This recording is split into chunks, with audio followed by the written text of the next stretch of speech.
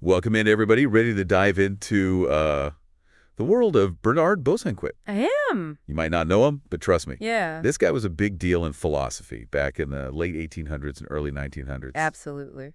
And get this, he wasn't just some ivory tower philosopher. He was out there working on social reform, tackling real-world problems. Mm-hmm.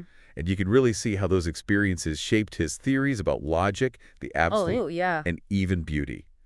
We're basing our deep dive on his entry in the Stanford Encyclopedia of Philosophy. Great source. It's really a deep dive itself. Oh, it is. It is. It really gets into the nitty-gritty. So, to kick things off, let's talk about Bosanquet the man. Mm. This guy came from a family of high achievers. I mean, we're talking an admiral, a founder of the Charity Organization Society. Wow. Like, talk about overachievers. Right. His brother, Charles, was also key in getting the Charity Organization Society off the ground. Mm. And what's interesting about them, their focus wasn't just on handing out charity.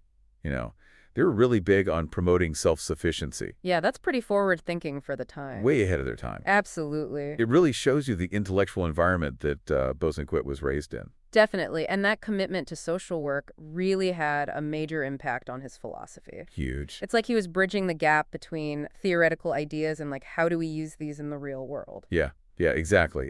He didn't want to just theorize. He wanted to understand how philosophy could actually make a difference. Mm-hmm. And then there's that incredible story about him at Oxford. His teacher called him the best-equipped man of his generation. Can you imagine that kind of prayer? Oh, the weight of those expectations. But it speaks volumes about his potential. Even back then, like, they knew he was going to do great things. They knew it. Okay, so logic. For any philosopher, it's kind of like the bedrock, right? Absolutely. Got to have that foundation. Yeah. But Bosanquet, he didn't just see it as like a set of formal rules. He saw it as this spirit of totality, like this driving force behind everything we experience, connecting everything in a grand system. Right.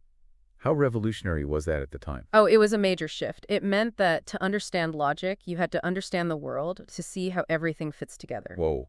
And this idea of interconnectedness, it pops up everywhere in his work, from metaphysics Yeah. to even aesthetics. So instead of getting bogged down in these isolated little propositions, Right. he's like trying to put together this huge puzzle. Exactly. And each piece of the puzzle is an experience. Wow. And logic, that's like the blueprint for the puzzle, the guide that helps you see the bigger picture. And that leads us right into his idea of the absolute. This is where his idealism really takes center stage. Oh, yeah. Here we go. Buffle up, because this is a big one. It is. Bosanquet believed in this complete and total unity, like this self-contained whole that he called the absolute. The ultimate reality. And the kicker, he thought human consciousness was a link to this absolute. What are the implications of that for a philosopher? Oh, it's a huge concept, and it sparked so much debate. But at its core, he was saying the absolute is like the bedrock of everything, a perfect unity behind all the stuff we see and experience. So it's not just that we exist separately and observe this absolute, but that our very consciousness is somehow a part of it. Exactly. We're not just individuals floating around. We're participants in something way bigger. That's pretty mind-blowing. It is. Now, of course, not everyone was on board with this idea. Some folks thought it downplayed the importance of individual experience. Right. But Bosanquet, he would argue that it actually does the opposite. It elevates individual experience by connecting it to something so much grander. Gives it like a cosmic significance. Exactly. Gives our lives a deeper meaning, Yeah. Wow. Okay, so we've got this idea of interconnectedness, this absolute, this linking of our consciousness to something greater. Mm-hmm. Where do we go from here? Well, to really understand Bosanquet, we have to delve into his work on logic, specifically his coherence theory of truth. Ah, the coherence theory of truth. This is where things get really interesting, especially for those of us who are into philosophy. Because so many philosophers get hung up on that correspondence theory, right? Yeah. But Bosanquet, he was arguing that truth isn't about matching statements to some isolated facts. It's about how ideas fit together within a whole system of belief. Exactly. He was challenging the traditional view, the idea that truth is a mirror reflecting reality. He was saying, no, it's more about how well the pieces fit together, how coherent the whole system is. So it's not about matching up individual statements with facts out in the world, but about seeing how everything hangs together internally. Precisely. He was basically saying that truth emerges from the relationships between ideas, not from their connection to isolated facts. It's about the big picture, not the individual pixels. So for Bosanquet, a belief is true if it fits into this larger web of beliefs. Exactly. And he believed that our understanding of the world, it's always evolving. Yeah. It's a constantly changing system of ideas. And the truth for him, that was in how well that system explains things and how consistent it is within itself. Hmm. But how did that idea go over back then? Especially with other philosophers, like Bertrand Russell and G.E. Moore, the neo-realists.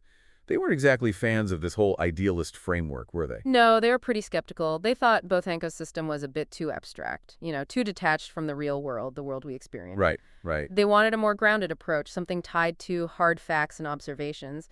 They were all about propositions matching up with what's actually out there, not just fitting together in some abstract system. So it was a clash of titans, basically. Oh, absolutely. A major philosophical showdown. You had the neo-realists challenging the whole idealist way of thinking, and that really helped pave the way for what we now call analytic philosophy. And even though idealism might not be as trendy these days in philosophy, there's still something really compelling about this emphasis on interconnectedness, don't you think? Especially in the world we live in today, with all these big, complicated global issues. Oh, absolutely. In a world grappling with things like climate change and globalization, being able to see how everything is linked, to think systemically, that's more important than ever. Now, we talked earlier about how Bosanquet wasn't just an armchair philosopher. Right. He was out there doing social reform work, especially with the charity organization society. Mm-hmm. Given his philosophical ideas, it's kind of a fascinating intersection, isn't it? It is, and it shows how his big ideas actually played out in the real world. Yeah. For Bosanquet, the state, it wasn't just a political thing. It was like this ethical idea, something that should be working for the common good and helping people develop good character. So he wasn't just interested in giving people handouts. No. He wanted to create a society that helped people grow and make good choices. Absolutely. His work with the Charity Organization Society, it was all about empowering people to take charge of their own lives, not just meeting their immediate needs. Now, I have to ask, wasn't this approach to social reform a little bit controversial back then? It was. Especially compared to reformers like the Webbs who are pushing for more systemic changes. Right. The Webbs, they believed in a more active role for the state in fixing social problems. Yeah, yeah. Whereas Bosanquet, while he acknowledged the importance of social structures, he always emphasized individual responsibility and moral development as keys to real progress. So for Bosanquet, it wasn't enough to change the system. You also had to change people from the inside out. Exactly. He saw this interplay between personal responsibility and the role of the state. It's interesting because this tension between individual responsibility and social structures, it's something we're still wrestling with today, isn't it? Oh, absolutely. It's a theme that pops up in so many of our current debates. It's everywhere you look. And what's valuable about Bosanquet's perspective, even though some might disagree with it, is that he reminds us that individual action and social change, they're not separate things. They're woven together. Okay, so we've talked about logic and we've talked about social reform. But there's this whole other side to Bosanquet that I want to dive into. His work on aesthetics. Oh, yes. His writings on art and beauty. He wrote a ton about it. He did. And it seems like his ideas in this area are really closely tied to his overall philosophy. Oh, they are. Because for Bosanquet, aesthetics wasn't just about personal taste or what you happen to find pretty. Right. It was about understanding how art can actually reveal something deeper, the spiritual character of the world. Spiritual character. Okay, now I'm really intrigued. How does that connect back to his ideas about the absolute and this interconnectedness of everything? Well, he believed that art at its best can give us a glimpse into the underlying unity and harmony of reality. He saw it as a way of experiencing something he called the concrete universal, which is like seeing general principles and emotions embodied in real, tangible forms. Okay, so he's saying that art can capture something universal, something that goes beyond just one person's experience, that it speaks to some deeper truth about the world. Exactly. And he believed artists could do this by expressing what he called the spirit of totality. It's like they're able to capture the interconnectedness of things in a way that really resonates with us, whether we're looking at a painting or listening to a symphony. So it all circles back, doesn't it? It does. To his ideas about logic and metaphysics. It's like he's using art as another way to view this interconnected reality, this absolute he talks about. It's fascinating. It really makes you think about the power of art to reveal something deeper, something true about the world. It is. And that connection between aesthetics, ethics, and metaphysics, that's one of the defining characteristics of Bosanquet's thought.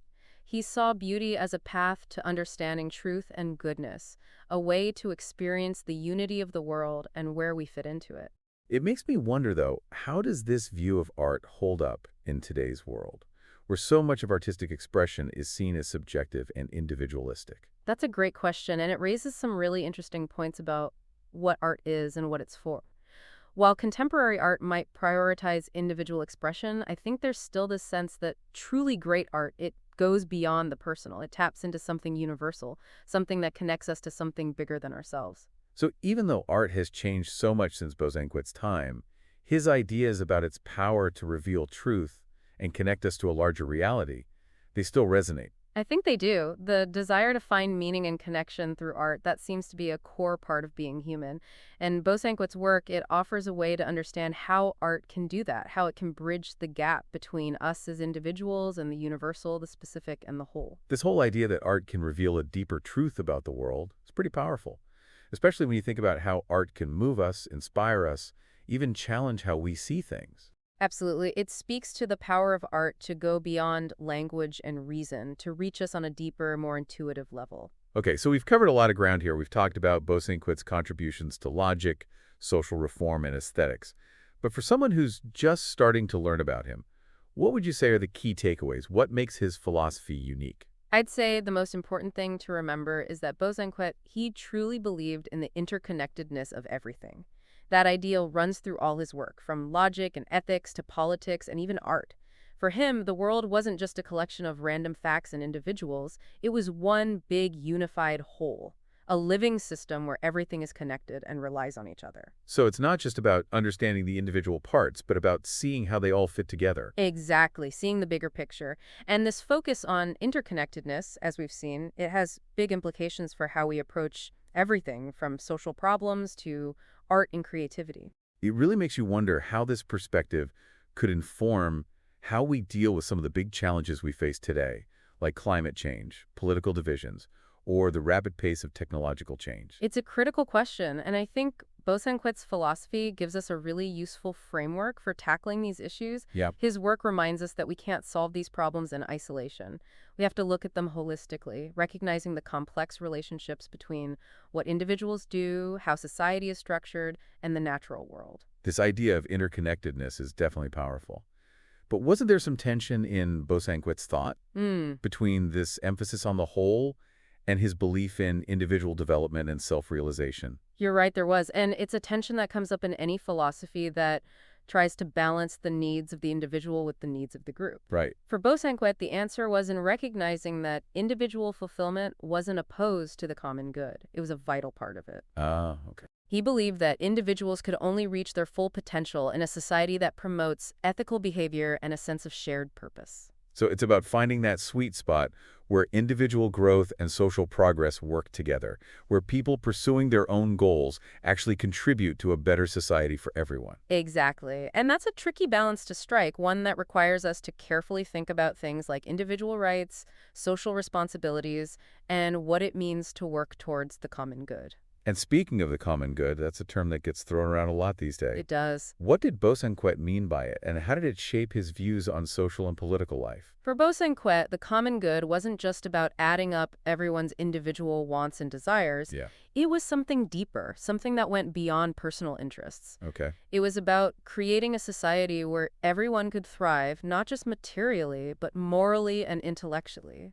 A society where people felt a sense of shared purpose and responsibility towards each other. So it's not just about economic success or political freedom, but about fostering a certain kind of ethical and intellectual environment where people can truly flourish, both as individuals and as a community. That's a great way to put it. And this idea of the common good, it's still so relevant today as we grapple with issues of social justice, environmental sustainability, and how technology is shaping our lives. It's amazing how these ideas that Bosanquet was wrestling with over 100 years ago are still so relevant to the challenges we face today. It really shows you the enduring power of philosophy to address these fundamental questions about what it means to be human and how we can create a good society. It does, and even though his specific answers might not always apply directly to our current situation, his focus on interconnectedness, ethical development, and striving for the common good, those provide a really valuable framework for thinking about how to create a more just, sustainable, and fulfilling world. It sounds like we've covered a lot of ground in this deep dive into Bernard Bosanquet's world.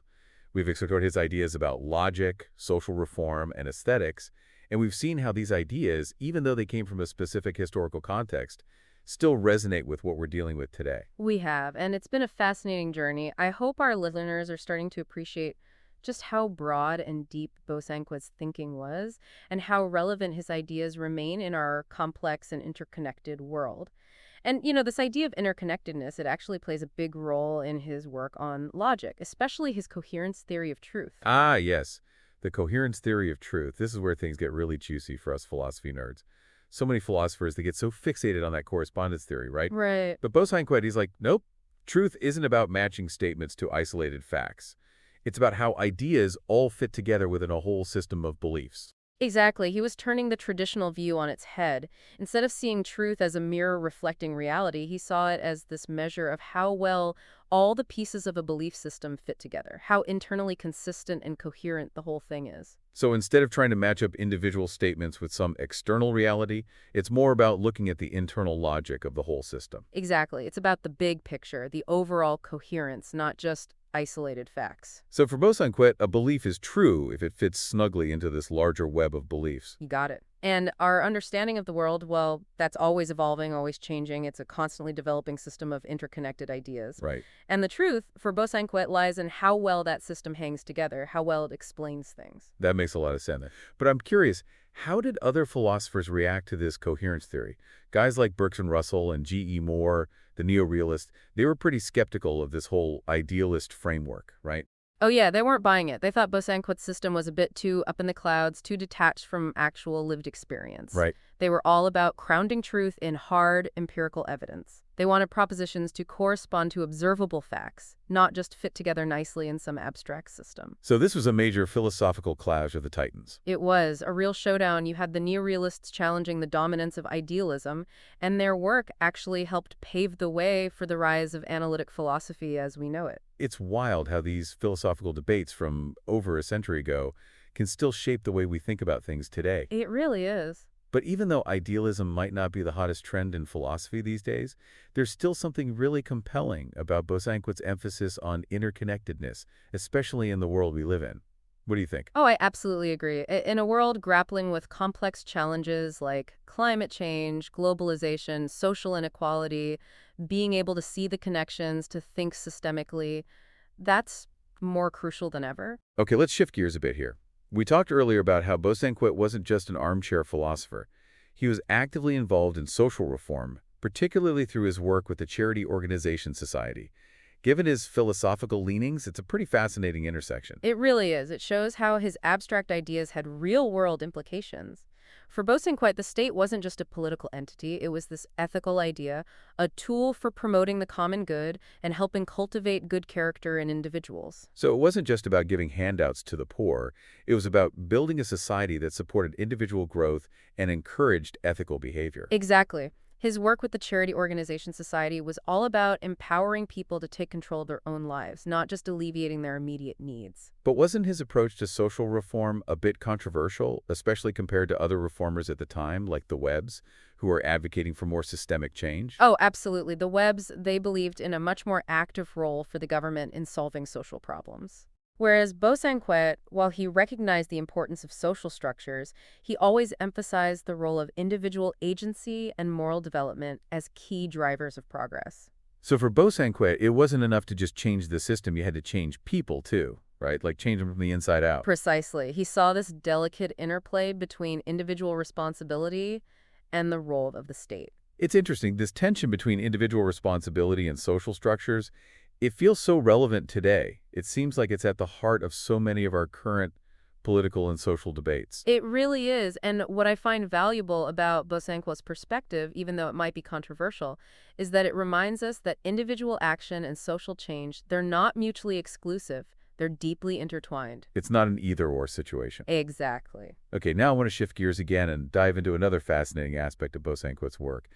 His contributions to aesthetics. He wrote extensively about art and beauty, and it seems like his ideas in this area were deeply connected to his overall philosophy.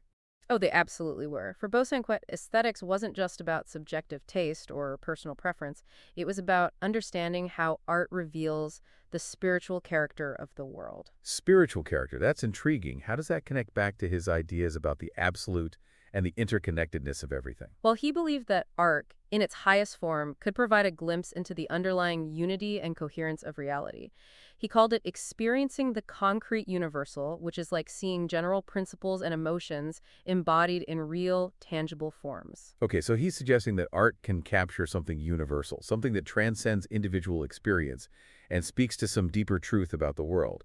But how does that happen? How does a painting or a symphony achieve this? For Bosanquet, it was about the artist's ability to express what he called the spirit of totality. It's like they're able to capture the interconnectedness of things in a way that really resonates with us, whether we're looking at a painting or listening to music. So it all circles back, doesn't it, to his ideas about logic and metaphysics. It's like he's using art as another lens through which to view this interconnected reality, this absolute that he talks about. Exactly. And this connection between aesthetics, ethics, and metaphysics, that's one of the hallmarks of Bosanquet's philosophy. He saw beauty as a pathway to understanding truth and goodness, a way to experience the unity of the world and our place within it. It makes me wonder, though, how does this view of art hold up in today's world, where artistic expression is often seen as subjective and individualistic?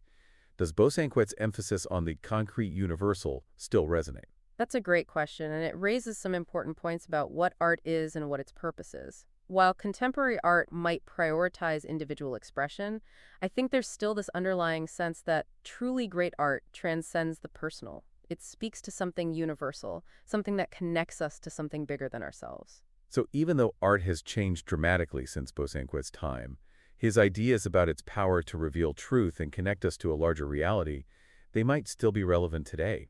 I believe so. That desire to find meaning and connection through art, it seems to be a fundamental part of being human, and Bosanquet's work provides a framework for understanding how art can do that, how it can bridge the gap between the individual and the universal, the specific and the whole. It's fascinating how these ideas that were being debated over a century ago can still feel so relevant to the conversation we're having today.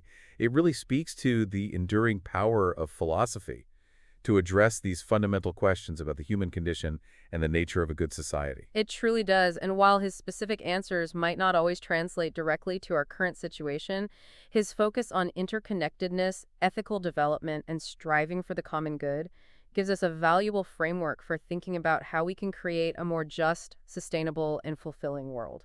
You know, it strikes me that Bosanquet's ideas really offer a unique perspective on the relationship between logic, ethics, and aesthetics.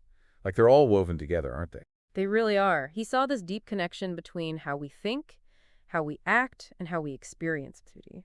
For Bosanquet, logic wasn't just a tool for picking apart arguments, it was a way to understand the fundamental structure of reality. And that reality, it was both ethical and inherently beautiful. So it's not just about thinking clearly, it's about living in a way that aligns with the logic of the universe, a universe that expresses itself through beauty. That's a pretty profound idea. It is, and it's an idea that's inspired countless philosophers and artists throughout history. It challenges us to see the world as this unified whole, where our thoughts, actions, and experiences of beauty all contribute to this greater harmony. Now, this idea of a unified whole, this absolute that Bosanquet talks about, it wasn't without its critics, right? How did he respond to those who thought his philosophy was too abstract, too detached from the messiness of everyday life? He argued that the absolute, far from being some abstract concept, was actually the very foundation of all experience. It was the source of both our individuality and our interconnectedness. He believed that we could only truly understand ourselves and our place in the world by recognizing our connection to this larger reality. So it's not about escaping the world, it's about seeing the world in a new way, a way that reveals the underlying unity beneath all the complexity. Exactly. And I think this insight is particularly relevant for philosophers today, especially as we grapple with questions about meaning and purpose and value in a world that often feels fragmented and chaotic. Speaking of relevance, Bosanquet's work on social reform seems especially timely right now, with all the discussions about social justice, inequality, and the role of government. How do you see his ideas contributing to these conversations? Well, his work reminds us that social problems aren't just technical or economic issues, they're ethical issues too. He believed that a just society wasn't simply about distributing resources fairly, it was about creating a culture that encouraged ethical behavior, individual responsibility, and a sense of shared purpose. So for Bosanquet, it's not just about changing laws and policies. It's about cultivating a certain kind of moral character, both individually and as a society. You got it. And this emphasis on character development, I think it's something we often miss in our current discussions about social justice. We tend to focus on systemic issues, which are obviously important, but we sometimes forget about the importance of individual agency and moral responsibility in creating a better world. It seems like he was trying to find a balance between individual action and social structures, recognizing that both are crucial for making real, lasting change. Absolutely, and I think there's a lot we can learn from this nuanced perspective. It's not about picking sides in a debate between individual responsibility and systemic change. It's about understanding the complex ways in which they interact and influence each other. It's a perspective that encourages us to look inward, to examine our own values and actions as we work to create a more just and equitable society. It does, and it reminds us that social change isn't just a political project, it's a personal one too. It requires us to cultivate compassion, empathy, and a commitment to the common good. Well, as we wrap up this deep dive into the world of Bernard Bosanquet, I'm struck by both the complexity and the relevance of his ideas. He was wrestling with these big questions about the nature of reality, the meaning of life, and the possibility of social progress. Questions that are just as important today as they were back then. I agree. And his work, though it can be challenging at times, offers a treasure trove of insights. It encourages us to think deeply about how everything is connected, the importance of ethical development, and the power of beauty to illuminate our understanding of the world. And for all the philosophy enthusiasts out there, I think the key takeaway is this. Don't underestimate Bosanquet. He was more than just an idealist philosopher. He was a social reformer, an esthetician, and a profound thinker who believed in the power of reason to transform individuals and societies. Absolutely. His work is a powerful reminder that philosophy isn't just some abstract pursuit. It's a way of engaging with the world, wrestling with its complexities, and trying to make it a better place. And on that note, we'll leave you with this final thought. As Bosanquet might say, the search for meaning and understanding is a journey, not a destination. So keep exploring, keep questioning, and keep connecting those dots. Who knows what amazing insights you might discover along the way.